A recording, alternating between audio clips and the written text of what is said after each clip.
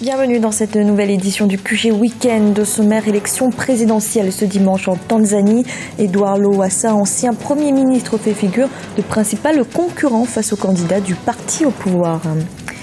Les Nigérians, toujours dans l'attente de leur gouvernement, arrivé au pouvoir en avril dernier, le président Muhammadu Buhari n'a toujours pas nommé l'intégralité de ses ministres. Et l'Algérie et la France vont renforcer leur coopération économique. La troisième session du comité mixte franco-algérien aura lieu ce 26 octobre avec à la clé la signature de plusieurs accords. Mais tout d'abord, les Ivoiriens ont commencé à voter ce dimanche. Les bureaux ont ouvert à 7 h, heure locale. Les électeurs sont appelés aux urnes pour le premier tour de l'élection présidentielle. Après plusieurs retraits, 7 candidats sont toujours en liste, dont 2 femmes et 5 hommes. Jour d'élection également en Tanzanie ce dimanche. Ils sont 8 candidats en liste pour l'élection présidentielle. Parmi eux, il y a l'ancien Premier ministre devenu opposant Edouard Lowassa. Et c'est à Dar es Salaam qu'il a tenu son dernier meeting. Un reportage de notre envoyé spécial Paul de Singwe. Démonstration populaire de l'opposition tanzanienne. Les adversaires politiques du parti au pouvoir ont choisi Dar es Salaam, la capitale, pour abriter leur dernier meeting avant la présidentielle du 25 octobre. Une occasion pour ces derniers de mobiliser et de remercier leurs partisans avant le scrutin présidentiel. Merci, merci le peuple, merci. Qui voulez-vous au pouvoir ? Qui voulez-vous au pouvoir? Merci pour ce choix, merci Dar es Salaam, merci. Nous avons ouvert notre campagne ici, nous la clôturons ici. Ma femme et moi, nous vous disons merci et à bientôt. Edouard Lowassa est le candidat du CUF, la coalition de l'opposition tanzanienne. Mécontent de n'avoir pas été désigné par le parti au pouvoir, cet universitaire de 62 ans est passé dans l'opposition. S'il est élu président de la République, il promet d'éradiquer la corruption dans le pays et de sortir les Tanzaniens de la pauvreté. Edouard Lowassa est le candidat du CUF, la coalition de l'opposition à la présidentielle du 25 octobre ici en Tanzanie. L'ancien Premier ministre assume cette migration politique, ce changement de cap. En quelques mois, il a su se faire accepter au sein de l'opposition et aujourd'hui, il en est tout simplement son leader.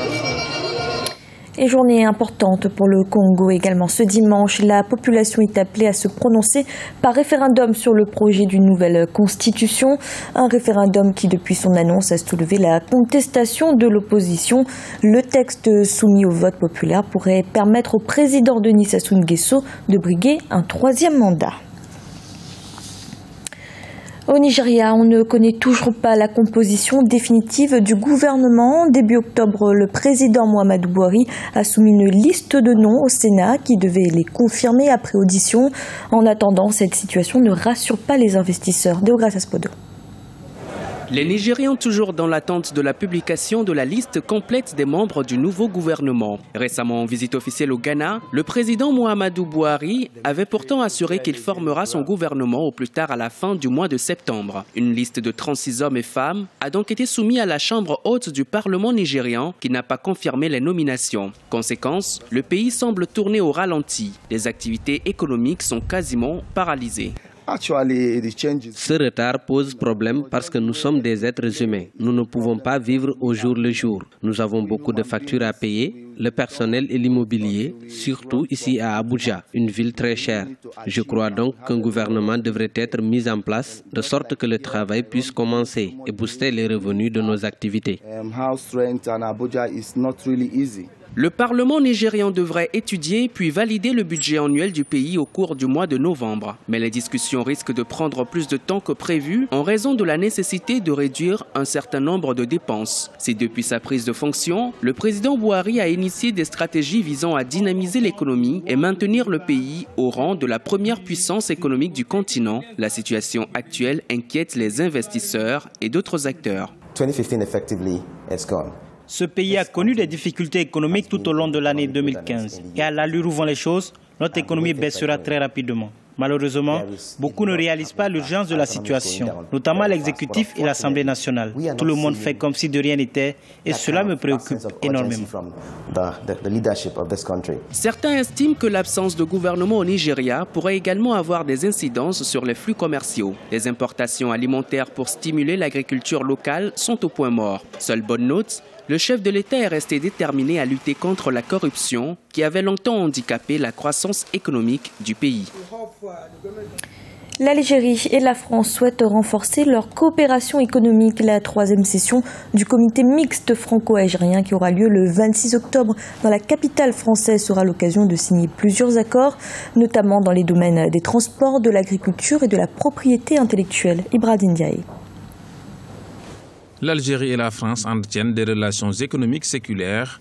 Les deux pays sont liés par plusieurs accords et par de nombreux partenariats. La 3e session du comité mixte économique franco-algérien se tiendra à Paris le 26 octobre 2015.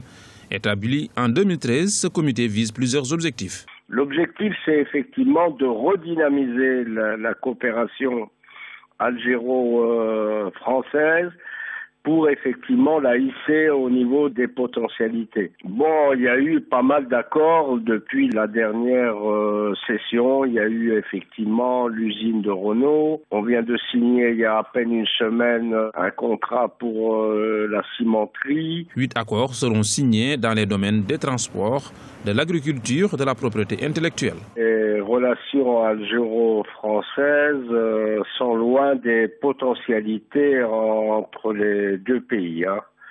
Les échanges entre la France et l'Algérie, bien qu'elle ait connu une importante percée depuis la venue du président Bouteflika et surtout du président Hollande, qui a permis de dépassionner les relations, se situe aux environs de 12-13 milliards de dollars. Le problème de l'Algérie, ça a été d'abord de dépassionner les relations algéro-françaises.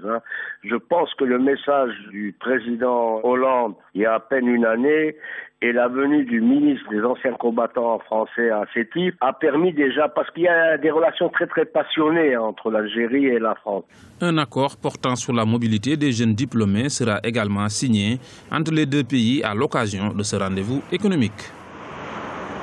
C'était le journal de la rédaction. Merci de l'avoir suivi et retrouvez dans un instant une nouvelle édition de l'information.